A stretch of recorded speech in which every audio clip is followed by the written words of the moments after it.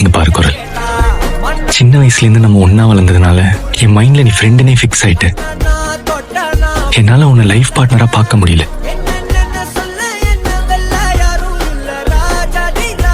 மச்சான், நான் குரலை லவ் பண்றேன்டா. முடிவு பண்ணிட்டேன் மச்சான். லைஃபை கொண்டு எத்துக்கும் நடுவில் இருக்கிற இந்த ஜர்னி குரலோட தான். Thanks guys. என் அறிவு கண்ணை திறந்து வச்சிட்டீங்க.